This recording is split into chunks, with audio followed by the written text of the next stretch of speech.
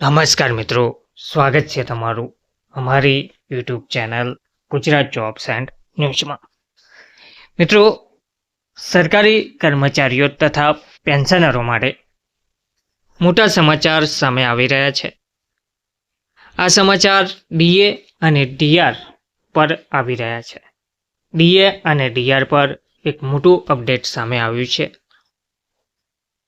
વિગતવાર જોઈએ તો સરકારના સરકારી કર્મચારીઓ અને કામદારોના સંઘે સરકારને કર્મચારીઓ અને પેન્શનરો માટે મોંઘવારી ભથ્થાની ગણતરી કરવાની ફોર્મ્યુલામાં ફેરફાર કરવા માટે અપીલ કરી છે, જેથી કરીને હવે દર 3 મહિને મોંઘવારી મુજબ ભથ્થું આપી શકાય।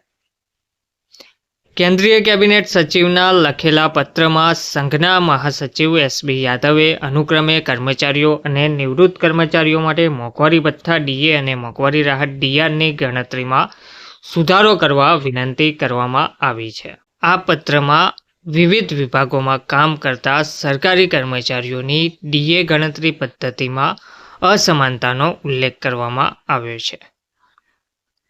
સરકારી બેંકો સહિત અન્ય જાહેર ક્ષેત્રના એકમોમાં કામ કરતા કર્મચારીઓ માટે ડીએ ગણતરી ફોર્મ્યુલા કેન્દ્ર સરકારના અન્ય વિભાગોમાં કામ કરતા કર્મચારીઓ માટે ડીએ ગણતરી ફોર્મ્યુલાથી અલગ છે। ફેડરેશને સૂચન કર્યું હતું કે 12 મહિનાની સરેરાશને 3 મહિનાની સરેરાશથી બદલવી જોઈએ, એટલે કે મોંઘવારી ભથ્થામાં ફેરફાર કરવામાં આવે, જેથી જાહેર ક્ષેત્ર અને બેંકોમાં કામ કરતા કર્મચારીઓની જેમ અન્ય વિભાગોના કર્મચારીઓને પણ દર 3 મહિને વાસ્તવિક ભાવ વધારા મુજબ વળતર મળે।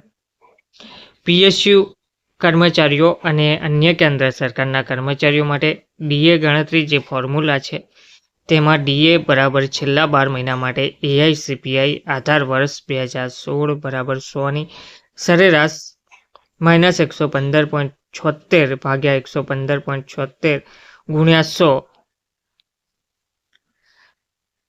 અને જાહેર ક્ષેત્રના જે કર્મચારીઓ છે તેને ડીએ બરાબર છેલ્લા 3 મહિના માટે એઆઈસીપીઆઈની સરેરાશ આધાર વર્ષ 2001 બરાબર 100 માઇનસ 126.33 ભાગ્યા 126.33 ગુણ્યા 100 તે રીતે ગણતરી કરવામાં આવે છે। તો ગણતરીની પદ્ધતિમાં એકરૂપતા લાવવા પર ભાર મૂકતા પત્રમાં લખવામાં આવ્યું છે કે બેન્કિંગ કર્મચારીઓના ડીએ દર 3 મહિને બદલવામાં આવે છે।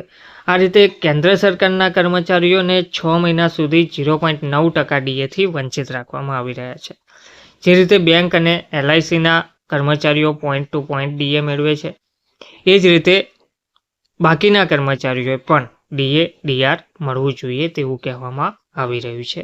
ધન્યવાદ।